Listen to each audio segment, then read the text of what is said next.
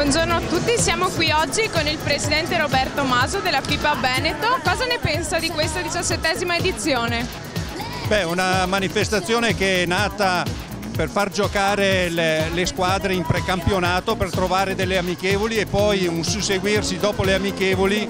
Si è creato questo torneo che con gli anni, dopo 17 anni, è un torneo che è ambito da tante società. In effetti arrivano alle finali le migliori squadre della Serie C regionale e quindi lo spettacolo sicuramente non cambia.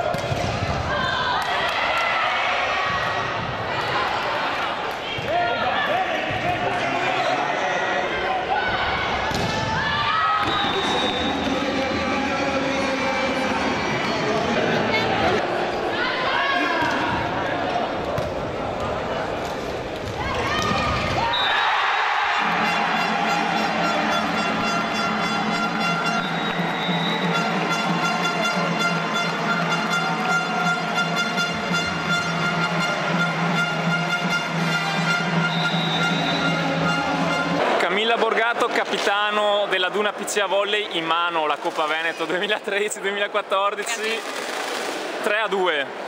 Che partita è stata? È stata una partita estenuante, devo dire la verità, ma con grande gioia abbiamo raggiunto il risultato. E devo dire che sul 2-0 venirne fuori era difficile. Che cosa vi siete dette tra secondo e terzo set?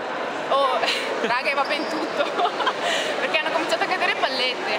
Noi vedevamo che la palla forte non cadeva, ok, la palla pulita, sempre murata, eccetera. Quelle sporche invece andavano giù, e allora va ben tutto, ragazzi, cioè punti su punti, questo ci siamo dette. E ovviamente non mollare.